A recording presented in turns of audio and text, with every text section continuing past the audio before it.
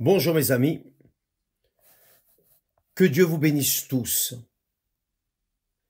que le Saint-Esprit vienne vous inspirer, vous diriger, vous orienter. Évidemment, le plus important, c'est que lui, le Saint-Esprit, vienne vous donner des oreilles pour entendre sa voix.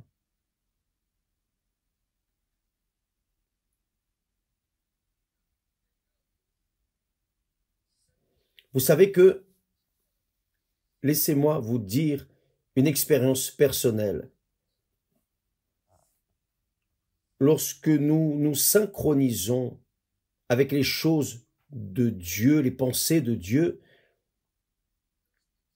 alors le Saint-Esprit vient et parle. Et nous savons que c'est lui qui parle. Nous n'avons pas le moindre doute.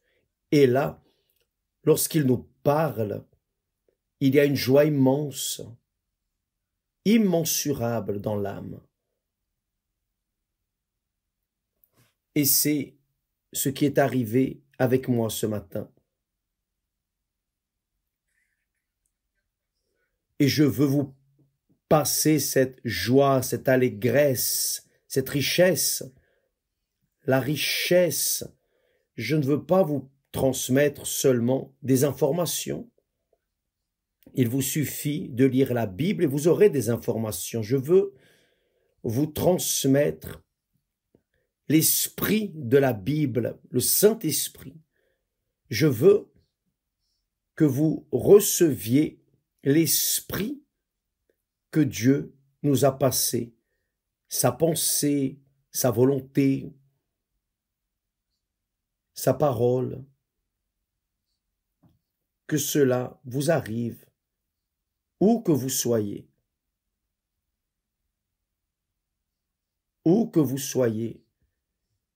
quelle que soit votre situation, même si c'est tout à l'heure, plus tard, demain, après-demain, chaque fois que vous participerez à cette retransmission, que se produise pour vous ce que je suis en train de déterminer ici, priant, demandant à Dieu pour vous, car la richesse de Dieu ne termine jamais. Tout ce que Dieu nous donne est pour toujours, est éternel. Donc, j'aimerais que vous fassiez très attention, car hier, j'avais oublié le psaume qui parlait du serviteur, le serviteur qui confie dans l'Éternel, qui confie, qui est une foi continue,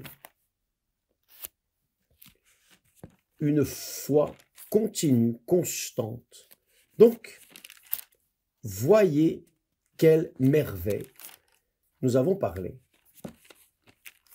que au psaume 34, David dit « L'Éternel délivre l'âme de ses serviteurs.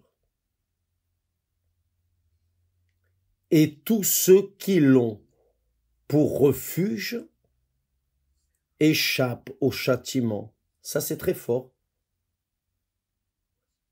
Mais les serviteurs, il y aura des serviteurs qui seront punis.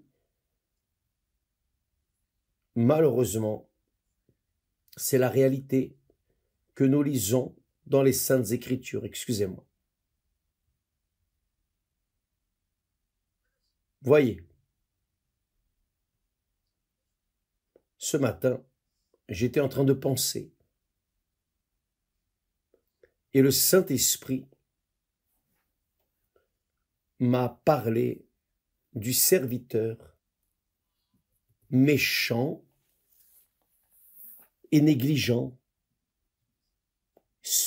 spécialement négligent. Donc, je suis venu voir quel genre de serviteur est celui-ci, méchant et négligent, car peut-être que je ne suis pas en train d'être un serviteur comme je pensais ou que je pense être, peut-être que je suis méchant ou paresseux. Donc, j'ai couru ici pour lire le texte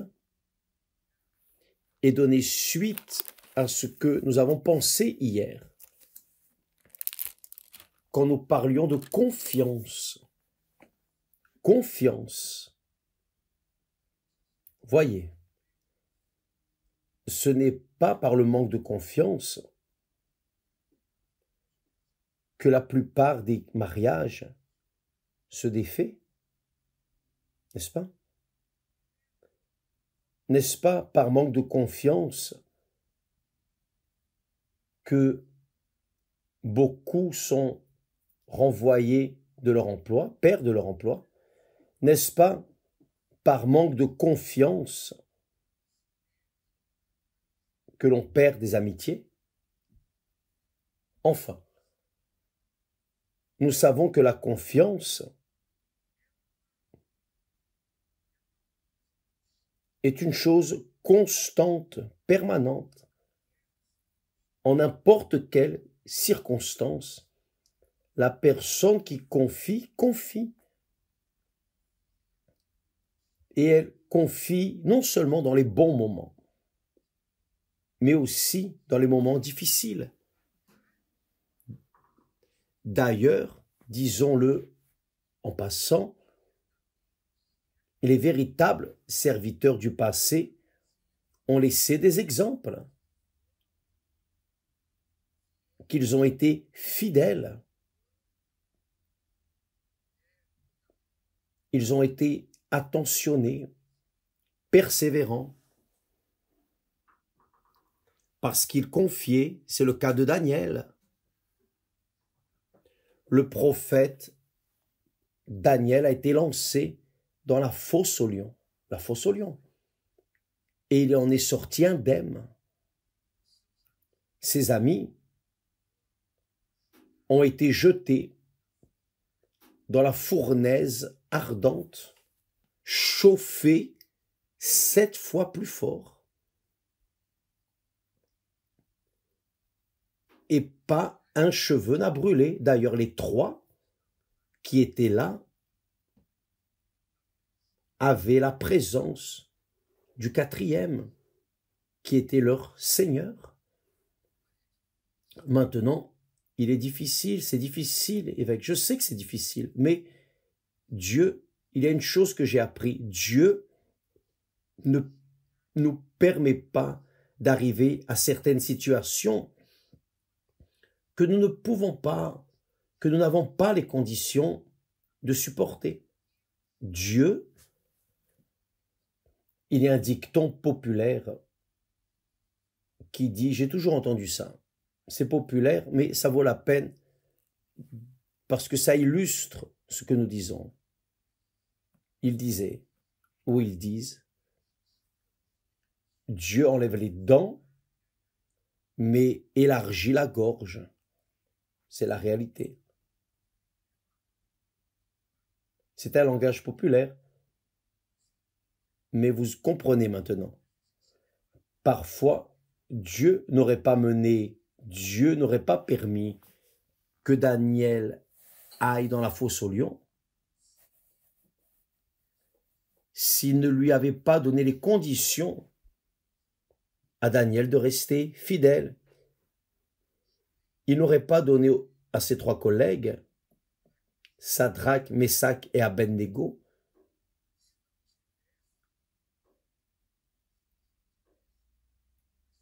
s'ils n'avaient pas l'assurance que Dieu était avec eux. Et voyez, ils n'étaient pas baptisés du Saint-Esprit. Ils n'ont pas été baptisés d'eau ni du Saint-Esprit. Mais ils ont cru. Ils n'avaient pas la Bible sacrée. Ils n'avaient pas cette orientation du Nouveau Testament. Mais ils ont été serviteurs véritables, fidèles, bons et fidèles. Donc, quand j'ai pensé, quelle chose merveilleuse, le Seigneur Jésus, alors, nous laisse être menés aux fournaises, mais il nous donne les conditions de supporter ce feu. Vous pouvez être sûr de cela. Vous passez par des problèmes, mes amis. Vous êtes serviteurs, alors Dieu est avec vous. Il vous donnera les conditions de supporter, avoir la patience, supporter, parce qu'il ne nous laisserait pas être emmenés à la fournaise s'il ne nous donnait pas les conditions de supporter ce feu. Il ne nous laisserait pas aller à la fosse aux lions s'il ne nous avait pas donné le courage d'affronter les lions qui ont gardé leur gueule fermée. Dieu nous donne les conditions. Je vois cela. Grâce à Dieu. Parfois, nous pensons que nous pouvons ceci, cela et encore autre chose, mais à l'heure de la difficulté, à l'heure de l'affliction, nous restons perdus, désorientés. Non, désorientés, car la parole de Dieu ne faillit pas. Donc, nous avons la parole de Dieu pour nous affermir. Oh, le Seigneur a promis, le Seigneur a dit que tu seras avec nous tous les jours jusqu'à la fin des siècles. Donc, le Seigneur est avec nous. Donc, j'attends que le Seigneur me garde parce que la chose est difficile. Mais nous allons continuer à parler. L'Éternel sauve, délivre l'âme de ses serviteurs. Il continue à dire,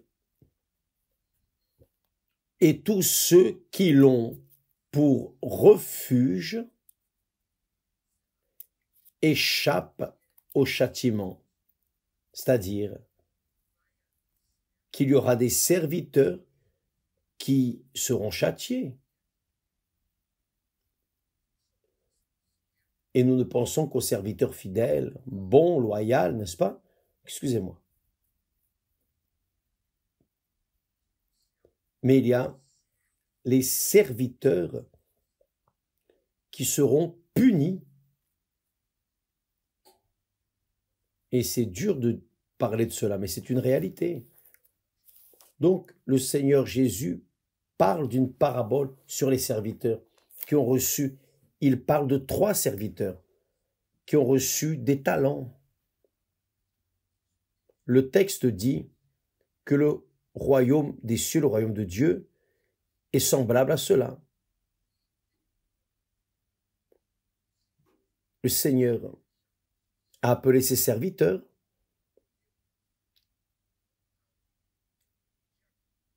Il donna à chacun selon leur capacité. C'est leur talent, leur habileté. Il a donné 5 talents. C'est écrit.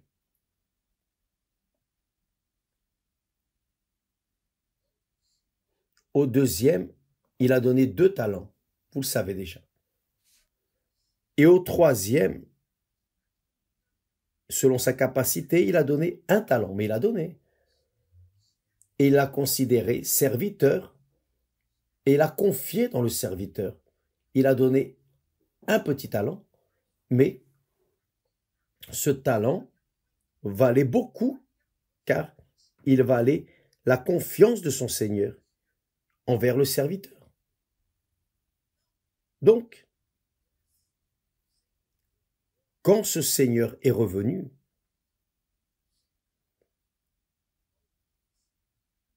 il s'approcha de celui qui avait reçu 5 talents et il a dit, oh, j'en ai gagné 5 autres. C'est bien, bon et fidèle. Tu as été fidèle en peu de choses, je te confierai beaucoup. Il en a donné 5 de plus, avec 10 en tout. Celui qui a reçu 2 talents en a gagné 2 de plus. Mais le Seigneur lui en a aussi donné 2, il en a eu 4. Mais le troisième, qui avait reçu 1 talent,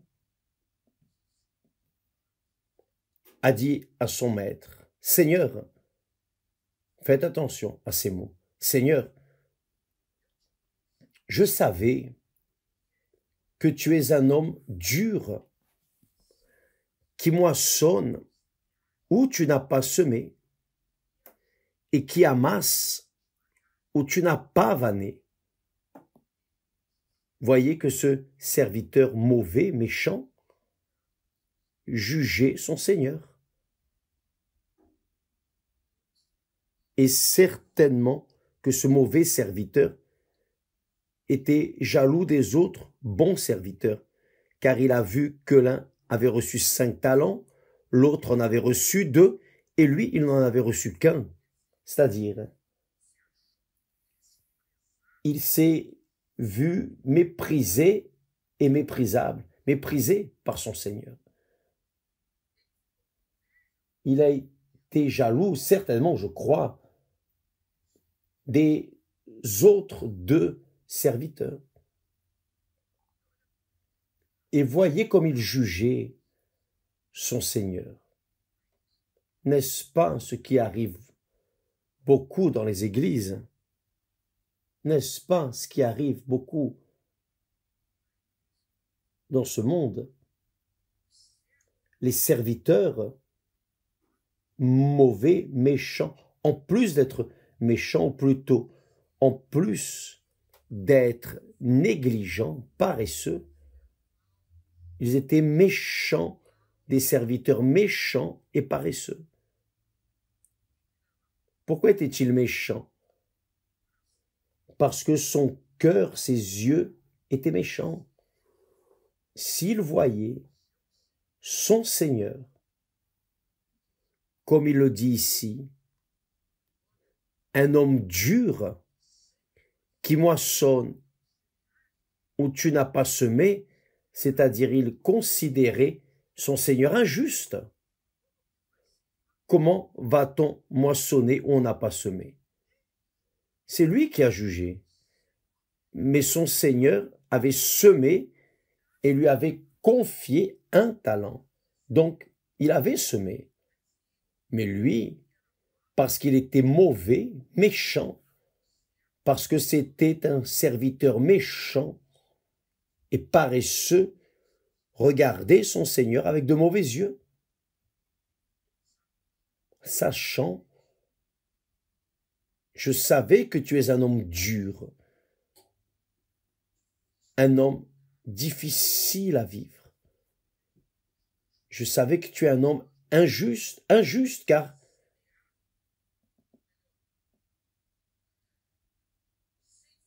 moissonner là où on n'a pas semé, comment est-ce possible? Rassembler là où il n'avait pas répandu, c'est voir son Seigneur comme un mauvais Seigneur, un Seigneur injuste. Il était un méchant serviteur. Ses yeux étaient méchants. Le Seigneur Jésus a dit que si tes yeux sont mauvais, tout ton corps sera dans les ténèbres. Il est bon, mes amis, que nous tous, venions à faire un examen introspectif pour évaluer notre propre vie, car parfois, nous regardons beaucoup les autres. Parfois, nous regardons le succès des autres et nous suscitons en nous, nous réchauffons la jalousie, la convoitise. Et c'est pour cela qu'il n'y a pas de développement spirituel, il n'y a pas de communion avec Dieu, il n'y a pas cette confiance en Dieu. Les personnes croient que le Seigneur Jésus existe, mais il n'y a pas de confiance en lui, car ils regardent avec des yeux injustes, méchants leur propre Seigneur. Injustice. Beaucoup de personnes ont ça, portent en eux, évidemment. Beaucoup de serviteurs portent en eux, ont envie de dire « Oh Seigneur, tu es injuste ». Le Seigneur moissonne où tu n'as pas semé. Le Seigneur rassemble, amasse où tu n'as pas vanné, mais il ne parle pas. Mais il parle des autres. Il parle des autres. Car les autres voient. Ce sont des mauvais serviteurs. Il ne voit pas son Seigneur, donc il ne dit rien, mais il pense. J'imagine. Bien. Seigneur, le mauvais serviteur a dit, je savais que tu es un homme dur, cruel, difficile, qui moissonne où tu n'as pas semé et qui amasse où tu n'as pas vanné. J'ai eu peur et je suis allé cacher ton talent dans la terre. J'ai enterré le talent que tu m'as donné. Voici, prends ce qui est à toi, ce talent que tu m'as donné. Et là, vient le Seigneur pour le juger. Et son maître l'a jugé. Ceux qui ont été bons et fidèles, il les a jugés et a multiplié leurs talents. Mais celui-ci, il a dit, son maître lui répondit,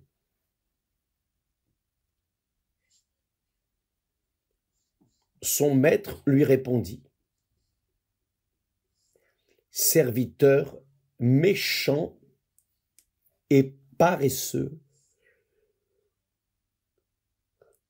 Serviteur méchant et paresseux. Vous savez ce que c'est? Serviteur méchant, une personne mauvaise. Mais paresseux, négligent. Que veut dire paresseux, négligent? Je suis allé chercher dans le dictionnaire et j'ai trouvé que négligent, paresseux est celui qui n'est pas appliqué,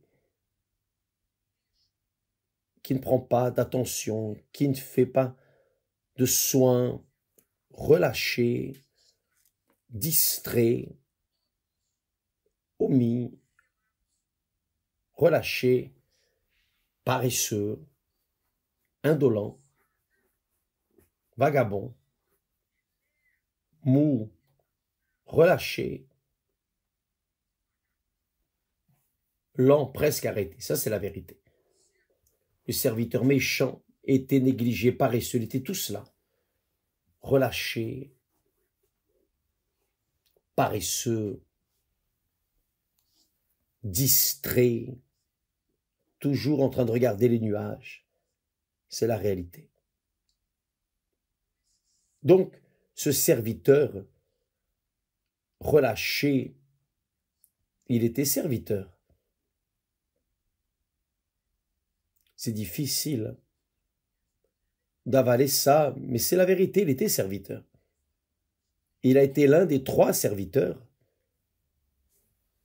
qui ont été honorés par le Seigneur parce qu'il a confié un talent, parce que le Seigneur le connaissait et parce qu'il savait qu'il était méchant et paresseux. Le Seigneur, le maître, a dit, bon, pour ne pas dire que je suis injuste, tiens, un talent. Et le Seigneur le savait déjà, mais il ne lui a pas dit, tiens, prends un talent et va, et multiplie. Mais le relâché, le paresseux, le mou, le lent, cet individu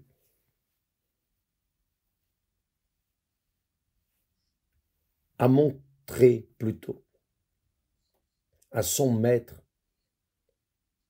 ce qu'il avait véritablement en lui, des ténèbres. Il était en ténèbres. Il était en ténèbres. C'est pour cela qu'il a été appelé de serviteur méchant, car il regardait avec de mauvais yeux. Indolent,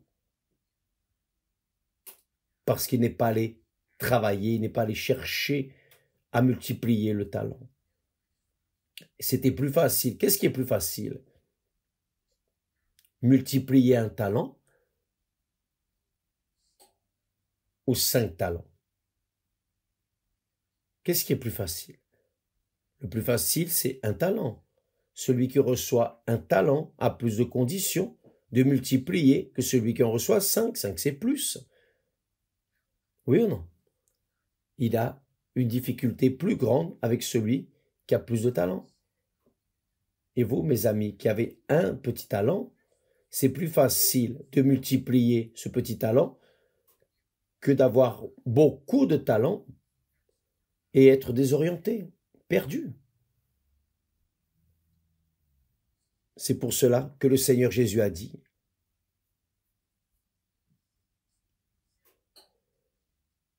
serviteur méchant et paresseux, tu savais que je moissonne où je n'ai pas semé, et que j'amasse où je n'ai pas vanné.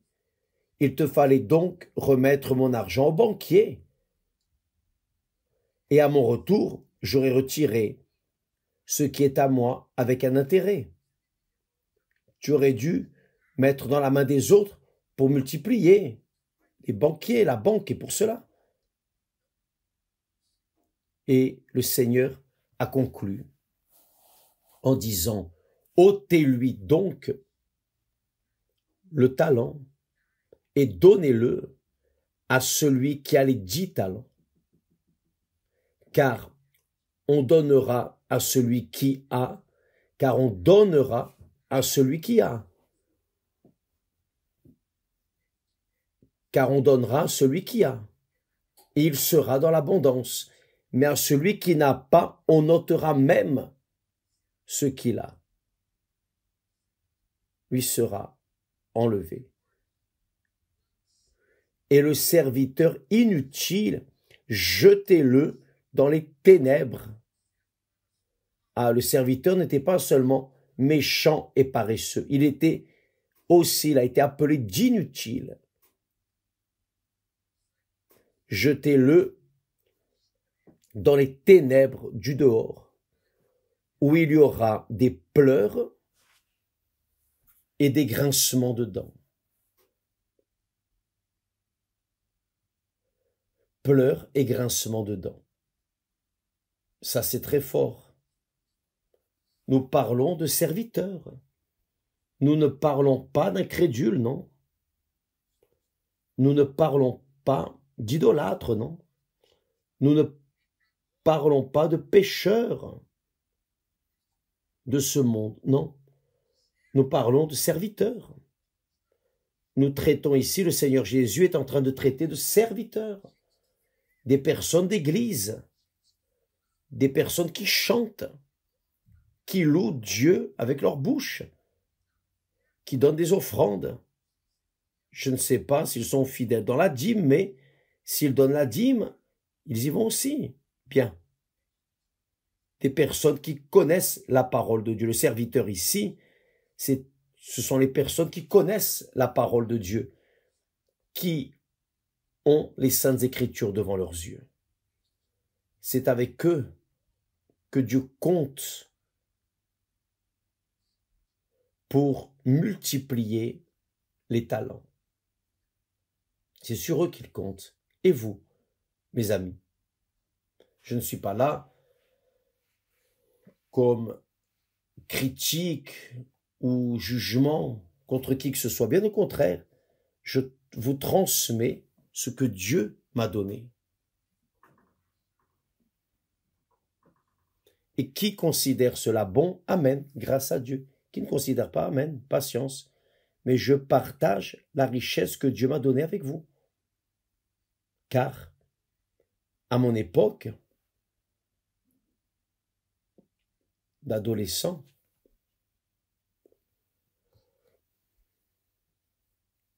je n'avais pas le pain quotidien, comme nous le donnons ici, tous les jours, à tous les intéressés. Je n'avais pas cela. À mon époque, il n'y avait pas Internet. On ne pensait même pas à Internet. À mon époque, le maximum, c'était la petite radio à pile. Et une fois par jour, à une certaine heure, on prenait un programme et on écoutait la parole de Dieu. Mais aujourd'hui, nous avons la parole de Dieu répandue, semée dans plusieurs médias, d'innombrables médias sociaux. Nous avons Univers,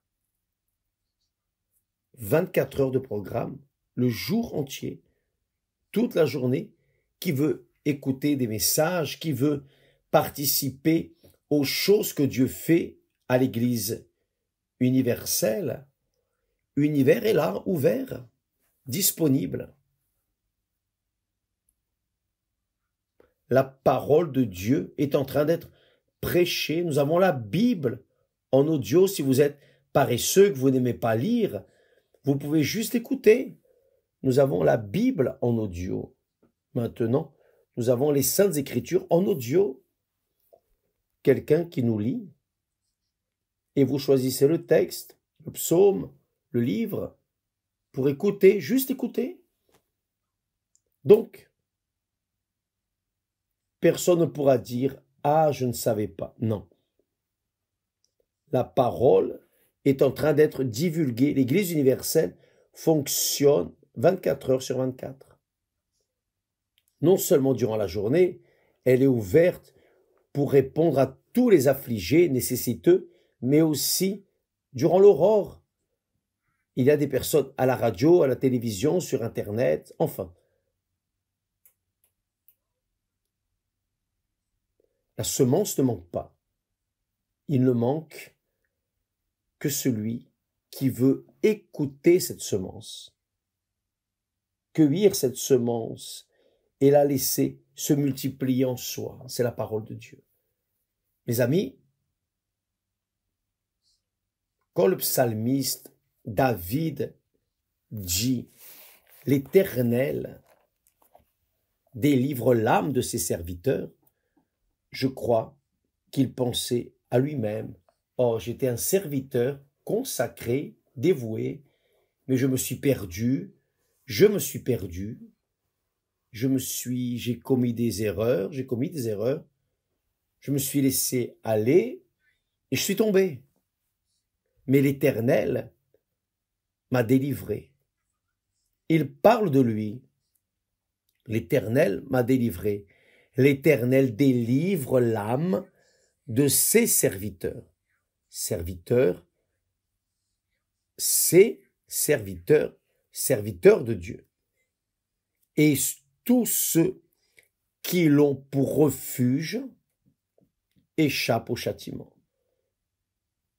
Vous vous rappelez que le Seigneur Jésus a dit, quand les disciples sont venus et ont dit, Seigneur, les démons nous sont soumis en ton nom, les personnes étaient guéries. Le Seigneur Jésus a dit, réjouissez-vous, non parce que les démons vous sont soumis, mais ou parce que les miracles arrivent, mais réjouissez-vous parce que vos noms sont écrits dans les cieux, dans le livre de vie. Et pour maintenir notre nom écrit là, c'est la confiance, la foi, des miracles nous rend enthousiastes, heureux, mais nous passons aussi par des tribulations, des difficultés. Et la foi, dans ces moments, c'est la confiance, la foi continue, la croyance continue. La personne confie, non, je sais que Dieu est avec moi, que ce soit dans les mauvais moments, dans les bons moments, grâce à Dieu. Grâce à Dieu. Donc, malheureusement, excusez-moi, beaucoup ont reçu des fleuves de bénédiction à l'Église universelle et d'autres églises aussi. Mais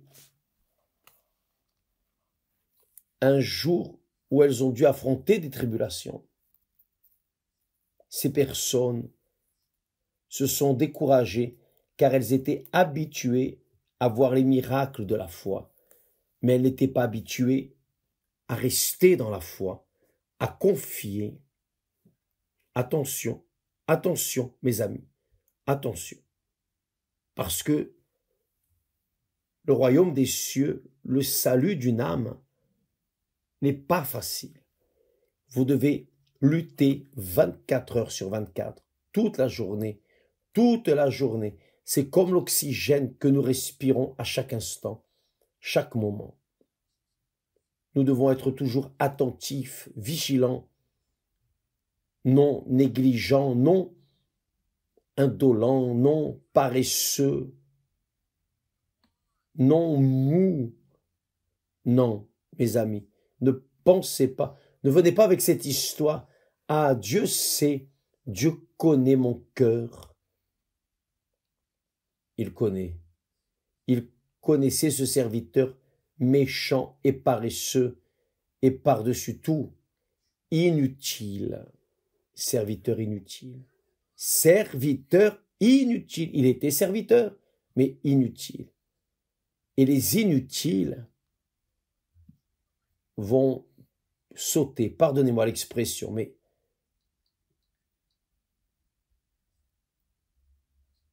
je pense que tout le monde comprend cela. Les inutiles, les méchants,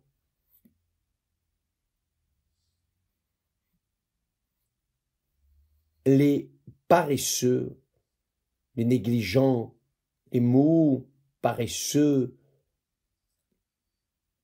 ceux qui ne sont pas attentifs, ceux qui sont lents, relâchés, vagabonds, lents. Ces personnes vont rester en arrière, malheureusement. Pourquoi? Parce qu'ils savaient ce qu'ils devaient faire, mais ils ne le faisaient pas. Ils avaient la foi de conquérir.